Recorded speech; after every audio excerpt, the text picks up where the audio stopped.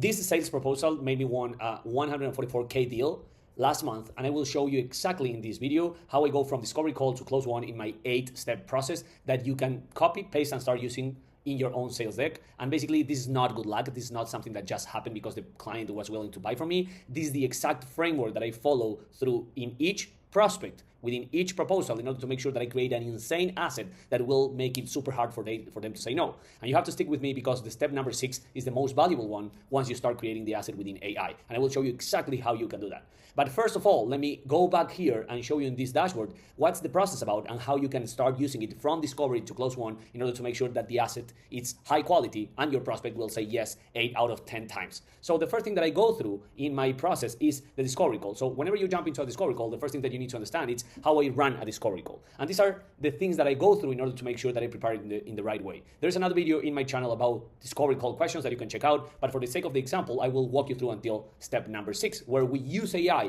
within Claude or GPT and we create that asset. So the first thing that you need to discover under that discovery call are these things. So pain, goals, KPIs, some objections that your prospect might give to you, stakeholders, timeline, buying signals, everything to understand how we will transform that information into a valuable asset and start making money. So you don't need to follow any specific flow within your process in terms of the questions that you need to ask, but these are the things that you need to uncover. And if you're selling average ticket size of more than 6 figures in an yearly basis, then this is a must for you because you're not selling something that will be closed in one call, but you need to follow a process. So once you go through the discovery call, this is a discovery decoder prompt that I have that I'm sharing with you, that you need to jump into ChatGPT, for example, the one that I'm using it, and you need to paste this prompt as well as the transcript, and this will decode and will create a structured deal brief for you to jump into process and step number 2.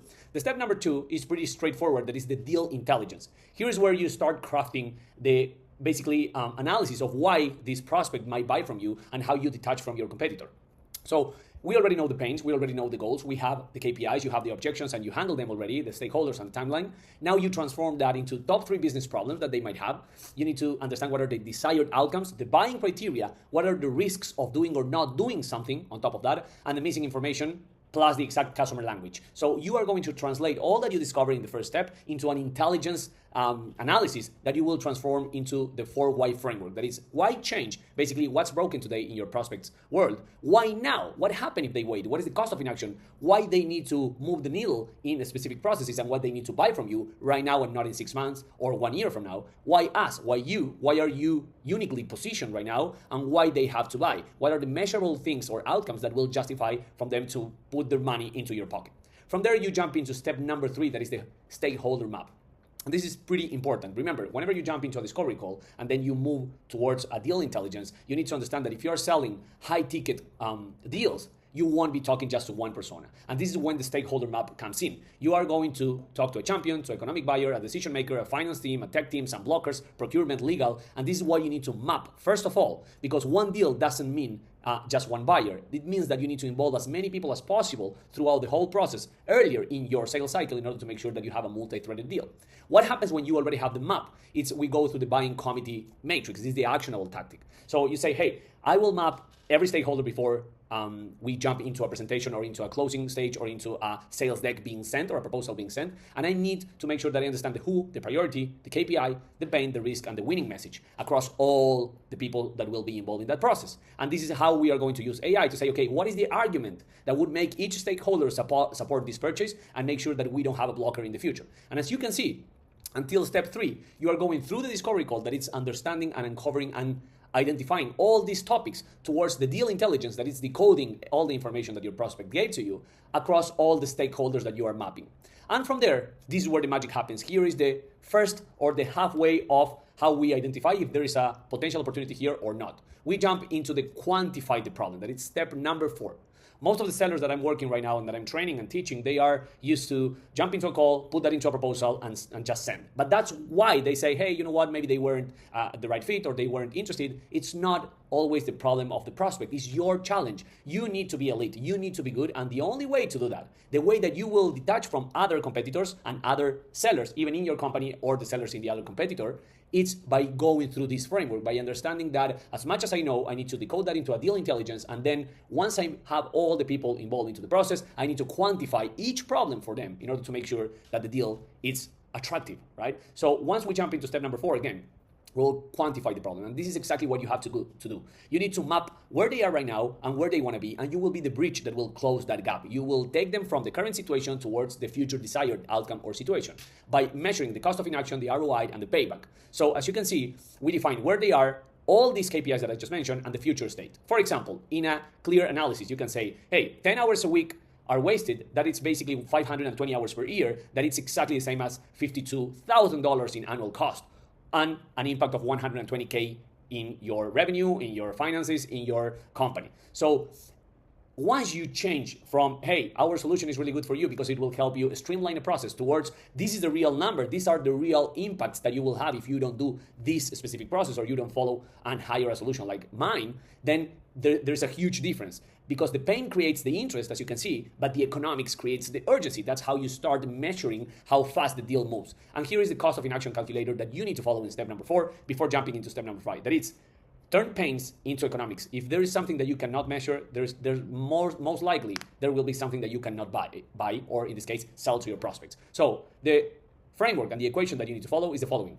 Problem times frequency times cost times time. This is the exact equation that you need to follow. If you follow this equation, you will get the cost of inaction. As the example that we just checked, that it's, if we have 10 hours a week times $100 per hour, and we have 52 weeks in a year, this is a simple example, we will have a cost of inaction of 52K per year. And that's what we can use in order to anchor our proposal.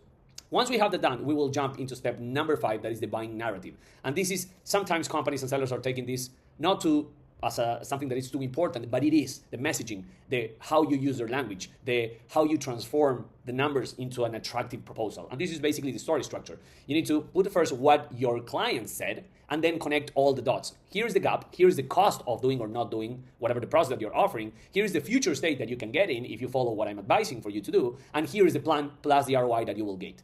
And the main changer, or the game changer here, and the main differentiator, is that you are not creating slides, or you're not creating a proposal for the sake of doing it and copying and pasting and just changing the logo of your client. You are building the full argument for a change, and that's when the proposal becomes attractive and real. So here's the high converting deck framework that I always train and teach my projects and the teams that I'm helping with. That is the 8-bit buying argument. What you said, the gap, the cost, the future, why us, some social proof or testimonials, and ultimately the ROI, what they will get and how in terms of economics, and the plan that you suggest for them to achieve that. And we are not using just AI here to say, give me all this information. You need to get that information within your calls, and then we will decode that through AI.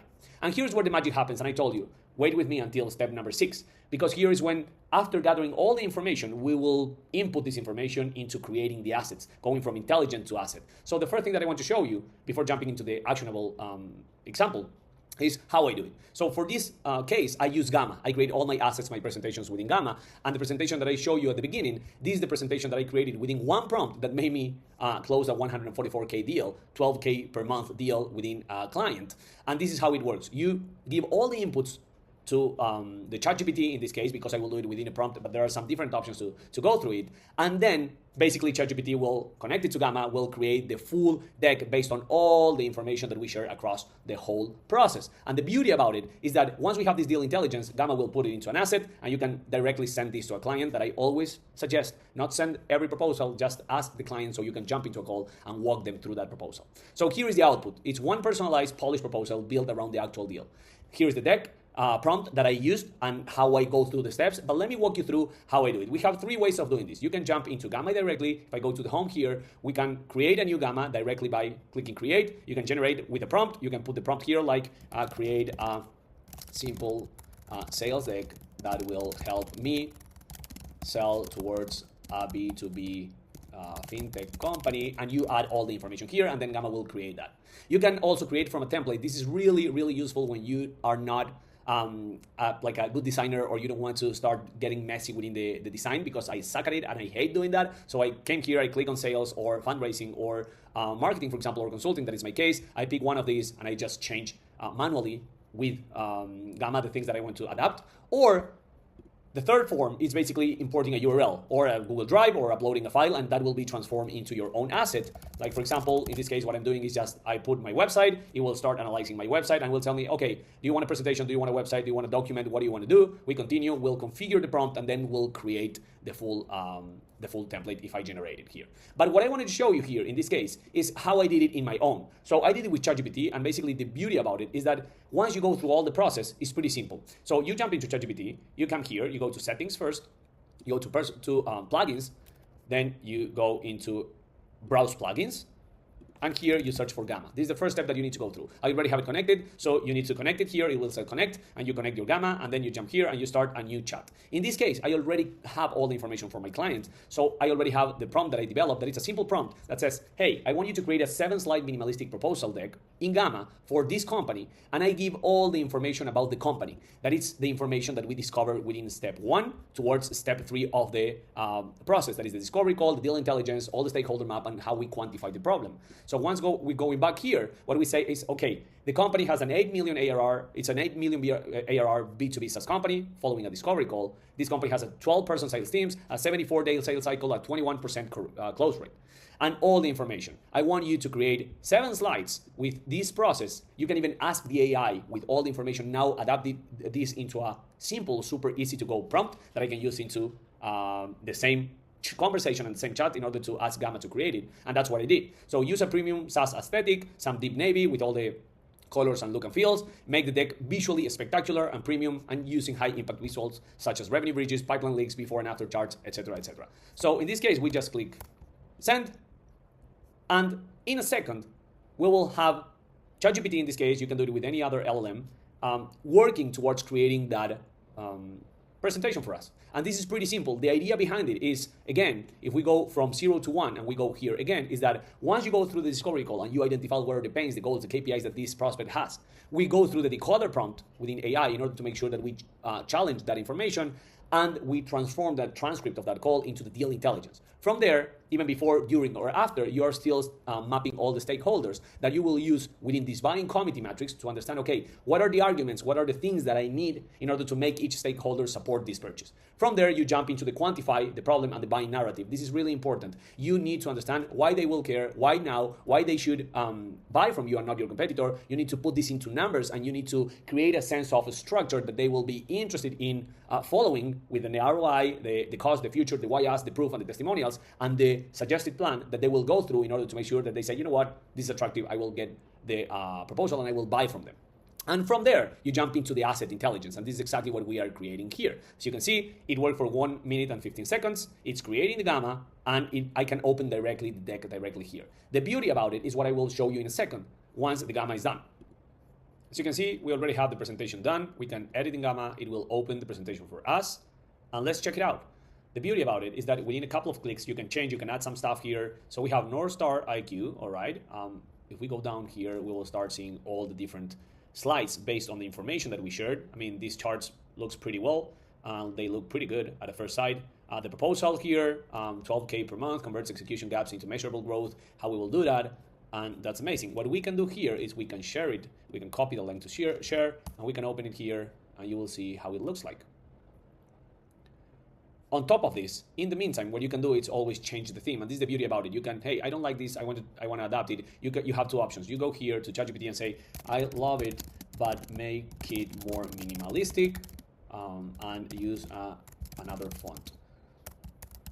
This is just an example. It will start working on it, and it will change it again from scratch. This is how you start building from step 0 to step 6, and you start creating the assets, and you can start talking with it, ChatGPT. And again, as you can see, in just a couple of minutes, I can have a pretty solid asset that I will use to jump into step number 7. Step number 7, before I show you the ultimate design, is basically once you have the asset within Gamma, we present it across the whole multi-thread. That is basically, we need to align with the champion, the economic buyer, and the people that you map across the process, and show that we capture everything, the objections, the questions, the data, the requirements, and the plan that we put into them. Why this is important? Because the proposal evolves as the deal evolves. If you're selling something that will close in across 3 to 6 months, across all that period and that sales cycle, you need to go through this asset, this deal intelligence, and you need to adapt it.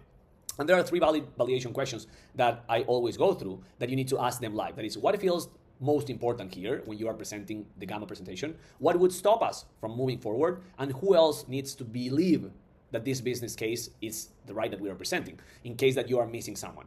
And this is how you will get some new answers, some specific new objections, or maybe you get like, hey, the green light, let's move forward, and that's the thing. But if you get new answers, you need to update the business case. In ChatGPT, you go to the Gamma conversation, you update that with the new information, and then you repeat the process. And that's basically how you jump into close one once they give you the approval. So let me go back here. As you can see here, we just gave a little bit of feedback. Hey, I love it, but I make it more minimalistic and use another font. If we jump into Gamma again, this is a new version, and voila.